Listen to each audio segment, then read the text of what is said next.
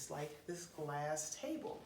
Glass tables are amazing because, excuse me, it allows you to, okay, cut.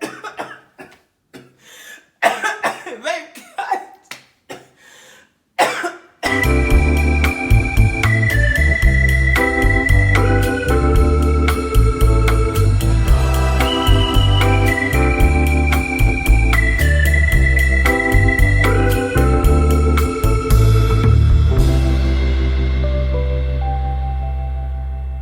Hey everybody, welcome back to my channel. This is Angel Burris and welcome to Angel Burris Design. If you are new here and you like this content, please don't forget to hit the like button and subscribe for new videos every Monday. Now, I have been trying my best to deliver content to you guys every Friday and some Mondays, and it's actually been sporadic Fridays and no Mondays. Every Monday from this day forward, new videos every Monday, I promise. No matter what's going on, I will stop and get videos to you, no fail. Thank you so much for being subscribers. Now let's get into what this video is all about. Okay guys, today I'm going to be sharing 5 elements that I use in my own home. The first element that I love using in every space is the use of glass. Glass is just, it's amazing because of its transparency and also its ability to add a little bit of sophistication to every space. In my entryway, I've actually used a glass table.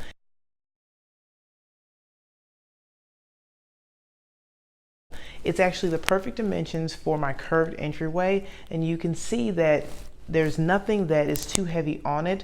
I have all kinds of elements on top of this table in order to add to the sophistication that I'm trying to create in the home.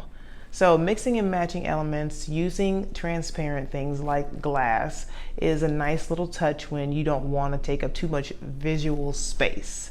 I use glass vases. In my dining room, we actually have a glass dining table.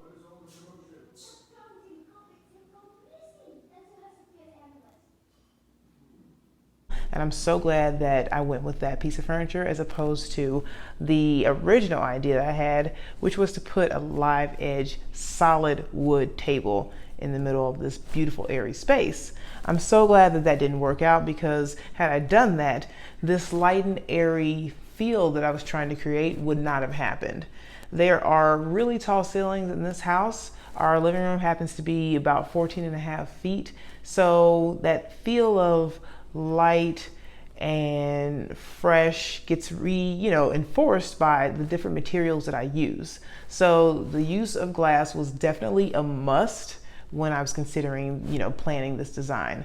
So that's one of my favorite things. It's the first thing I'm going to talk about. The second is the use of wood, natural wood, not fake artificial, but natural, all real, everything real.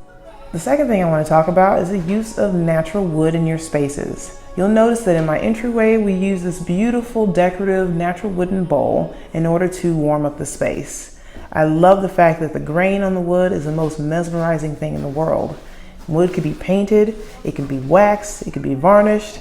Wood is so versatile and aesthetically pleasing that I just want to have it in every space. So I typically have a little accent of wood no matter where you look in my home. The next thing I want to talk about is the use of marble. I love marble, and the thicker and the more crazy the veining the piece is, the better. Marble is one of the most recognizable materials in the world, and even though it comes in different shades and colors, white marble is my favorite, and it's also one of those materials that catches everyone's eye instantly. It glistens under a variety of lighting, and it creates a smooth surface, making it ideal for your kitchen, bathroom, and a number of other spaces in and around your home. The fourth thing I want to talk about is the use of real plants. I love real plants in my spaces, and apparently Charlie does not. So let's get into it. All right, you ready? Okay. We're going to talk about plants first, not birthday parties, because we're talking about our plants. I don't like to.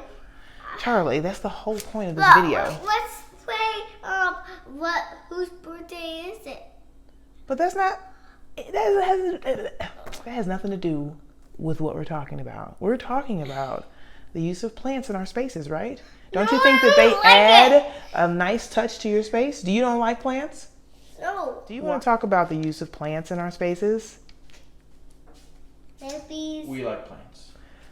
I love using natural, real plants, emphasis on real plants in your spaces. Simply because I can always spot a fake, and I'm sure other people can too.